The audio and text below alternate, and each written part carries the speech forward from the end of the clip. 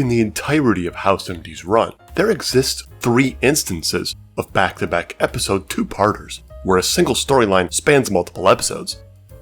The first instance of this happening was episode 20 and 21 of season 2, titled Euphoria, a storyline about Foreman, one of House's team members, showing the same fatal symptoms of one of House's patients. This storyline is all about House and company's race to find out how to save Foreman from the fate he appears doomed to. The second instance of a multi-part storyline, while not titled Part 1 or 2, is House's Head and Wilson's Heart, the final 2 episodes of Season 4. In House's Head, House pushes himself to the limit to recover his memory after an accident to save a mystery patient.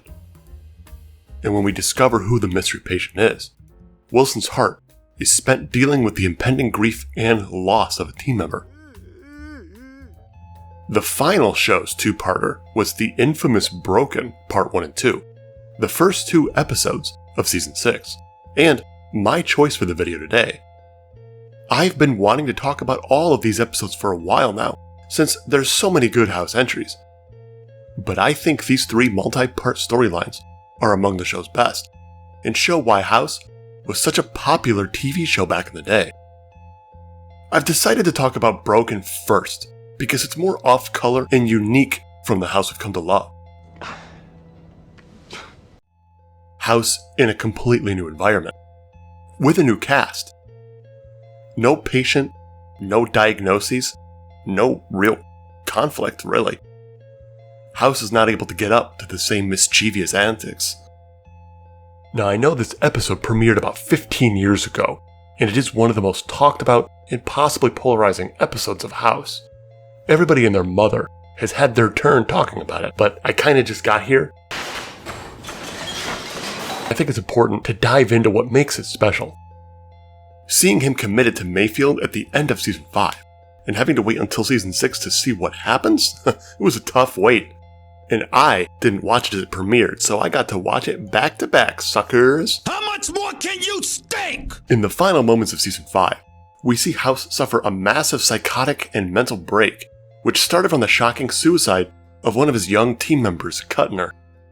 House experienced hallucinations of another dead team member, Amber, and Kuttner too, and even hallucinated a night with Cuddy, one that never happened. House realized he completely lost touch with reality, and Cuddy and Wilson knew it was in their best interest to commit House to a psychiatric unit for help. Season 5 ends with House entering Mayfield Psychiatric Hospital willingly. Broken starts with a montage of House's initial time at Mayfield, detoxing, taking medication, pounding on his cell door. House is in pain, scared, trapped. We've never seen House freak out like this. As the episode progresses, it's made clear that House is able to leave at any time. Legally, you're free to go whenever you want, but I suggest you stay. You need to be transferred to our long-term ward. You're going to need my recommendation. Yeah, we know he's not gonna do this. Of course not. House does whatever he can to convince the staff he doesn't belong there and cause mayhem. He uses his observational skills to cause chaos with the other patients. He cheeks his meds, fakes a drug test. He calls Wilson to run a plate to manipulate Nolan, the head psychiatrist, to let him go. He even kinda tries to follow the rules, although we know it's not for the right reasons. Unfortunately, none of this works. Nolan always seems to be one step ahead. We are not used to this. This is unfamiliar territory for us House viewers. House might as well be God in some episodes. I don't believe in God. Oh, okay, well, never mind then. House has always had a knack for finding a way to come out on top and make everybody else look like an ape. In Broken, House is powerless. We're shown he cannot game the system and use his intellect to escape. It's only when he surrenders to the system and actually accepts help does he change. But I'm getting ahead of myself. While at Mayfield, House meets a lot of new faces.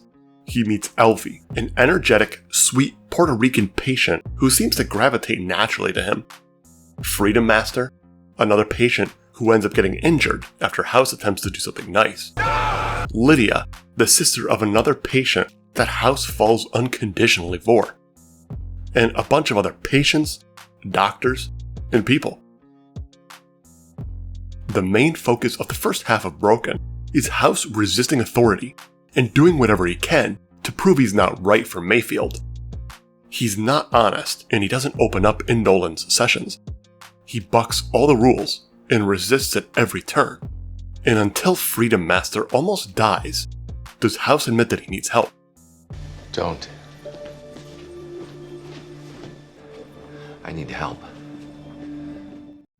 In the second half of the storyline, or the second episode, the trajectory of the narrative completely changes. Finally knows, for perhaps the first time in the show ever, that he wants change. He wants help. Broken Part 2 opens with House talking to Nolan about his problems, his fears. I don't want to change who I am. Miserable? I know this doesn't come naturally to you, but you want my help, which means you need to trust me. Things feel different immediately. House's attitude, his posture. He's dressing better. He's smiling. This feels like a rehabilitation. House continues to return to Nolan and opens up again and again and again. Lydia and House have several beautiful moments together. House bails out a struggling Elvie in the talent contest. House admits to Nolan he's pained over a married to Lydia moving away. House inspires Elvie to get the help he needs. And finally, House returns to civilization with a smile. Broken works because while it's the same House, nothing else is the same. But that's also it. It isn't the same House. This isn't just House acting differently like in House's head and Wilson's heart. He isn't being selfless to save a friend. He's actually intrinsically different. He's making friends because he wants to. He's being nice. What the hell is this? There are so many questions spinning around in my head. As I said before, there's no patient or team in Broken. No familiar tropes to fall back to. No impending crisis. It's a slow, methodical storyline, and it's all about people struggling with identity, mental illness, and acceptance. It's unnerving to see House in this new environment where he can't throw his ball against the wall and make fun of his coworkers. I'm thinking of switching to orthopedics. How much do you guys get for a massage now? Without the happy ending. Dr. House. I mean, even the title drop is different to show how different this is going to be. So let's back up a little bit here and first start with the negatives. What can we be critical of in Broken? What stunk? I mean, for me personally, it's hard to focus on any negative aspects because I don't feel like there's that many. Some people may not have liked this arc for the same reasons they didn't like the beginning of Season 8, where House went to jail. It's a storyline about our main character being forced to be somewhere new, with new problems and new characters. And while I personally love the beginning of Season 8, I get it. You're used to getting prescribed 20 cc's of typical House formula bullshit. No idea what you meant, but I could smell what the Rock was cooking. Oh, that would be me.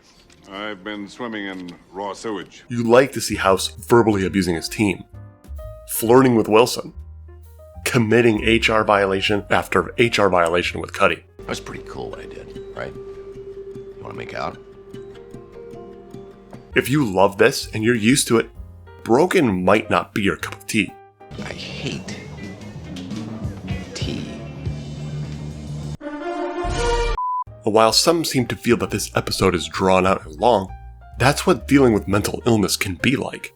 Arduous, lengthy. Frankly, I think that's brilliant. To be honest with you, there's not much more I can really harp on about Broken. It's really amazing and special. Hugh Laurie, as usual, is about as incredible as he's ever been in the show, as well as all the supporting characters. We absolutely adore all of them and get insights into why they're all there, even while House's narrative is still piloting this ship. So why might this be the greatest House episode ever? Any show that starts off a new season in a new environment, away from what people truly loved about a show, is a bold writing choice, especially when said show is already really popular. The writers thought it was a good idea and it paid off. The transition from Princeton Plainsboro to Mayfield felt seamless. The vibe felt familiar. The pacing, House initially, felt the same. But it's still the show that we've come to love, with the same atmosphere and the same quippy jokes. I'm sorry. Is suicide taboo? Gosh, if I've broken a rule on my first date, I will kill myself. Do it. Do it. That brings me to my second point. The fish out of water feeling for 2 episodes. We're really used to seeing House run the show and be in a league of his own. He doesn't have to dress up, show up on time, speak nicely, but people put up with his bullshit because of how smart he is and what he can do. But at Mayfield, he isn't this. He's not a genius, he's not a savant. He's just another person, and I think that's the first time we've seen this in the show. I think the best thing about Broken is that it confronts the core conflict we've seen House struggle with for 5 years, himself. Practically every plot point or conflict is all House's own doing. His struggle with addiction, pushing people away, punishing himself. House is a master of sabotaging his own life and dooming himself to misery. But at Mayfield, things are different. House surrenders to the system, the one he is so used to bucking. Maybe things can finally be different. We've seen him be accountable before, but this is truly a first-time thing. And I think that a lot of this momentum carries through Season 6, as we see House do selfless acts and actually try to make positive changes in his life. Don't talk about Season 7, because that one kind of threw it all away. Because you can't handle the truth! But Season 6 was really special, and I think it was because of Broken. And beyond just focusing on House, the side characters in Broken give a sense of family and community we hadn't thought possible. House's new family gives him purpose, and even though it's not permanent, it shows that House is capable of loving somebody else while not expecting anything in return. I also think that the love plotline is also really special. House and Cuddy kind of got together because of all the will they won't they chemistry, but Lydia, it felt different right from the get-go. They connect through music, talk about their inner pains, and really have moments that we'll never see again. Not even with Cuddy. House was in love, but Lydia had a husband, had a family, and moved away, and it was a huge kick in the gut. Seeing House talk to Nolan about it, we feel like we're actually looking at a real person here. Is this real life? But the final moments of Broken feel like a real logical closure point for the show. House has become rehabilitated, and like I said, Season 6 is still great, but I don't think this show ever gets better than this moment. He's also wearing Elfie's shirt, taking a physical piece of his time at Mayfield with him. So let's ask the question, is this the best House episode ever? I think it might be. If you're looking for quintessential mystery Sherlock-y House, where he rises above the challenge and uses his ingenious intellect to save lives, no, it's not. I love changes, chances, and focusing on a new perspective that we've never thought for a character. Removing what makes the character comfortable, putting him in new situations. The reason I, and most people, love Broken is because it feels like it's its own standalone film, away from the House series. Pluck House's character out of the show and throw him into a short film set with a small budget. You don't have to have any prior knowledge to get the most out of Broken. Everybody's new, it's uncharted territory. When you first see Broken, you might think that, well, House is just gonna outsmart everybody and get out, but that's not the point of the episode. This unique two-parter feels much more than just a House episode. It's a great commentary on mental illness, behavioral disabilities, and self-help. It's portraying what life is like inside a psychiatric unit, and while it's dramatized and sometimes over the top for the sake of television, it doesn't feel stigmatizing at all. It's not making fun of people because they've been institutionalized or they're crazy. It's showing how hard these situations are and how hopeless people that suffer through these issues can feel. But it also showcases the beauty and creativity of the human spirit. It shows how infectious hope can be. So infectious that not even House can resist. Think about that for a minute. Broken shows anyone can get help if they need it, even the most tumultuous, stubborn people. Happiness can be found, but only for those willing to accept it.